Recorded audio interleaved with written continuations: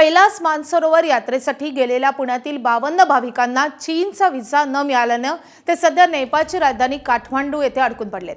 यात्रेसाठी आवश्यक असलेले सर्व दस्तऐवज, अर्ज आणि औपचारिकता वेळेत पूर्ण करूनही ऐनवेळी व्हिसा मंजूर न झाल्याने या भाविकांची यात्रा अनिश्चिततेच्या भोवऱ्यात सापडली आहे। विशेष म्हणजे चीन सरकारने यात्रेसाठी आवश्यक असलेले परमिट मंजूर केले असतानाही व्हिसा प्रक्रियेत निर्माण झालेल्या अडचणीमुळे भाविकांना पुढे जाता येत नसल्याची माहिती आहे।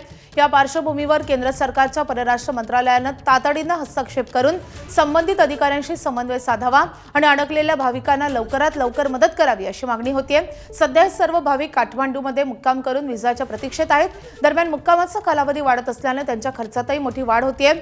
हॉटेल, भोजन आणि स्थानिक प्रवास आणि इतर आवश्यक सुविधांवर अतिरिक्त खर्च करावा लागतोय। चायनीज गव्हर्नमेंट आपल्याला नम्र निवेदन आहे की कृपया आमचा व्हिसा लवकर इश्यू करा। धन्यवाद।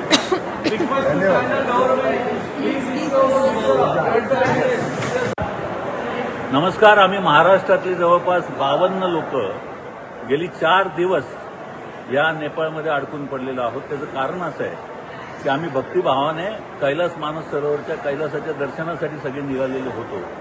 त्यासाठी वेळेमध्ये आम्ही व्हिसाचं ॲप्लिकेशन केलं आणि व्हिसाचं ॲप्लिकेशन केल्यानंतर जी काही प्रोसेस असते त्याकरता जेवढी कागदपत्र लागतात तेवढी सगळी आम्ही दिली। कागदपत्र दिल्यानंतर आमचं परमिट इश्यू झालं। परमिट इश्यू झाल्यानंतर पासपोर्ट चायनीज गव्हर्नमेंटने घेतले आणि आता चायना गव्हर्नमेंट व्हिसाचे एबीपी माझा, उघडा डोळे बघा नीट।